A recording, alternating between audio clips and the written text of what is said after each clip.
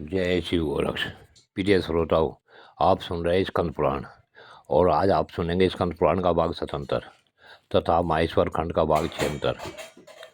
पिछले भाग में आपने सुना कि महर्षि मार्कंडे ने नंदीश्वर से पूछा, नंदी के ईश्वर महादेव से पूछा कि प्रभु, भगवान शिव के तीर्थ की क्या महिमा है। नंदी के ईश्वर ने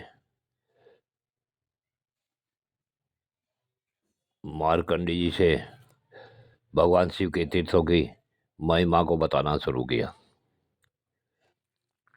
श्रोताओं, आज के भाग में आप महादेव भगवान सदाशिव के तीर्थों का वर्णन सुनेंगे। जय शिव गोरक्ष। नंदिकेश्वर जी मार्कंडे जी से कहते हैं कि ये ऋषिवर, वाराणसी क्षेत्र मुक्त नामक महादेव जी विशालाक्षी देवी के द्वारा पूजित होते हैं। वही कपाल मोचन तीर्थ है और वही काल भैरव का भी निवास है। हे मुने, उस काशीपुर में मरे हुए मनुष्यों को शिव स्वरूप की प्राप्ति होती है। गया और प्रयाग भी सब सिद्धियों को देने वाले तीर्थ कहे गए हैं। वहाँ पिंडदान करने से पितृ बहुत संतुष्ट होते हैं। हे मुने, तुमने केदार तीर्थ का नाम सुना होगा, जहाँ भगवान शंकर इस समय भी महिष रूप धारण करके रहते हैं और मनुष्य का सर्वथा कल्याण करते हैं। बद्रिकाश्रम तीर्थ मनुष्य को सब प्रकार की सिद्धि प्रदान करने वाला है। वहाँ देवी पार्वती के साथ महादेव जी नर नारायण द्वारा पूजित होकर रहते हैं। नैमिषारण क्षेत्र में त्रिपुरासुर का विनाश करने वाले देवादिदेव महादेव जी निवास करते हैं। अमरेश तीर्थ भी सब पुरुषार्थों का साधक बताया गया है। यहाँ ओंकार नाम वाले महादेव जी और चंडिका नाम से प्रसिद्ध पार्वती जी निवास करती हैं। पुष्कर नामक महातीर्थ में रुजोगंधी शिव और पुरुहूता देवी निवास करती हैं। आषाढ़ी नाम का पवित्र तीर्थ स्थान है। वहाँ आषाढ़ेश महादेव तथा रति नाम वाली देवी निवास करती है। दंडी मुंडी नाम से प्रसिद्ध जो तीर्थ स्थान है, वहाँ मुंडी महादेव और दंडिका देवी का निवास है। लाकुली नामक विशुद्ध क्षेत्र है, जहाँ लाकुलीस महादेव तथा सर्वमंगला देवी निवास करती हैं। बारभूति नामक स्थान में बार नामक शिव और भूति नाम वाली पार्वती रहती है। अराल कश्वर नामक स्थान है, जहाँ सूक्ष्म नाम वाले शिव तथा सूक्ष्मान नाम वाली गिरजा कुमारी निवास करती है। कुरुक्षेत्र नामक स्थान है, जहाँ स्थाणु नाम वाले महादेव और स्थाणु प्रिया नाम वाली महादेवी का निवास है। कनखल में भगवान शिव उग्र नाम से और गिरिराज नंदिनी उमा नाम से निवास करती है। ये मार्कंडे तालक नाम वाले तीर्थ में स्वयंभू महादेव और स्वयंभवी महादेवी रहती हैं। अट्ठास नामक महातीर्थ में सूर्यदेव ने भगवान शंकर की पूजा करके अपना मनोरथ पूर्ण किया था। वेद वेदताओं में श्रेष्ठ मार्कंडे कीर्तिवास क्षेत्र है, जहाँ का निवास महादेव जी के लिए कैलाश की अपेक्षा भी अधिक प्रिय है। श्री शैल पर भगवान महेश्वर भ्रमरा अंबिका देवी के साथ मल्लिकार्जुन नामक नाम से निवास करते हैं। ब्रह्मा जी ने सृष्टि कार्य की सिद्धि के लिए इनका पूजन किया था।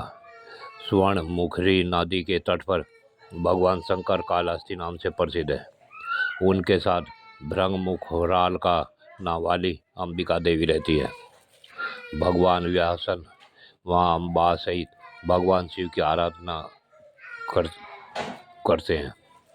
कांचीपुरी में एक आम के वृक्ष के नीचे कामाक्षी देवी के साथ भगवान शिव काम शासन नाम से निवास करते हैं।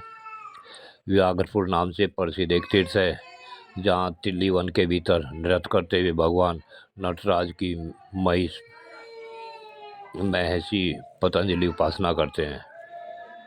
सेतुबंध नामक तीर्थ है, जहाँ भगवान श्री रामचंद्र जी ने समस्त पापों का नाश करने वाले महादेव जी की रामेश्वर नाम से स्थापना की है।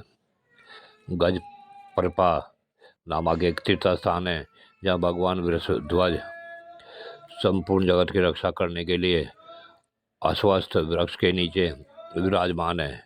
वृद्धाचल क्षेत्र में मणिमुक्ता नदी के तट पर महादेव जी सदा निवास करते हैं। यह बात तो तुमने सुनी है कि मध्यार्चन नामक उत्तम स्थान का नाम भी तुमने सुना ही होगा, जहाँ मनोवांछित फल देने वाले भगवान शंकर गौरी देवी के साथ नित्य निवास करते हैं। भगवान सोमनाथ जहाँ निवास करते हैं उस सोम तीर्थ का नाम भी सभी जानते हैं, जहाँ शरीर त्याग करने वाले पुरुषों को पुनः संसार बंधन की प्राप्ति नहीं होती। सिद्धवट नामक क्षेत्र में सिद्ध पुरुष उत्तम ज्योतिर्लिंग की पूजा करते हैं।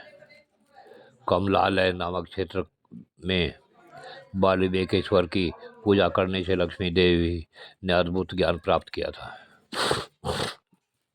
द्रोणपुर नामक तीर्थ में कलयुग की समाप्ति में समुद्र के शुद्ध होने पर भगवान पार्वती पति नौका पर आरूढ़ होते हैं।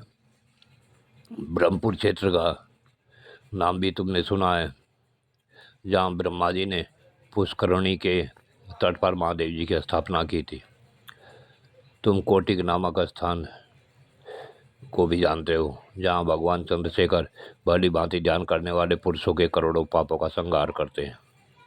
गोकर्ण क्षेत्र का नाम तुम्हारे कानों में भी आया होगा, जिसके समीप भगवान शिव की आराधना की अभिलाषा रखने वाले परशुराम जी स्वर्गलोक का सुख भी नहीं चाहते। त्रिपुरांतक क्षेत्र का नाम भी तुम्हें बताया गया है, जहाँ 3 नेत्रों वाले भगवान शिव अपना दर्शन करने वाले पुरुषों के नरक भय का निवारण करते हैं।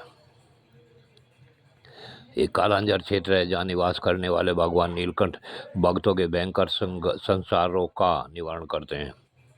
पिरियाल वन प्रसिद्ध क्षेत्र है, जहाँ भगवान अंबिकापति ने दूध की इच्छा रखने वाले उपमन्यु को दूध का समुद्र ही दे दिया था। प्रभास क्षेत्र का परिचय भी तुम्हें दिया गया है, जहाँ भगवान चंद्रार्थ शेखर ने श्री कृष्ण और बलभद्र के से पूजित होकर अक्षय फल प्रदान किया था। प्रिय श्रोताओं, आज की कथा यहीं पूर्ण करते हैं। इससे आगे की कथा इससे अगले भाग में सुनेंगे। जय शिव गोरक्ष।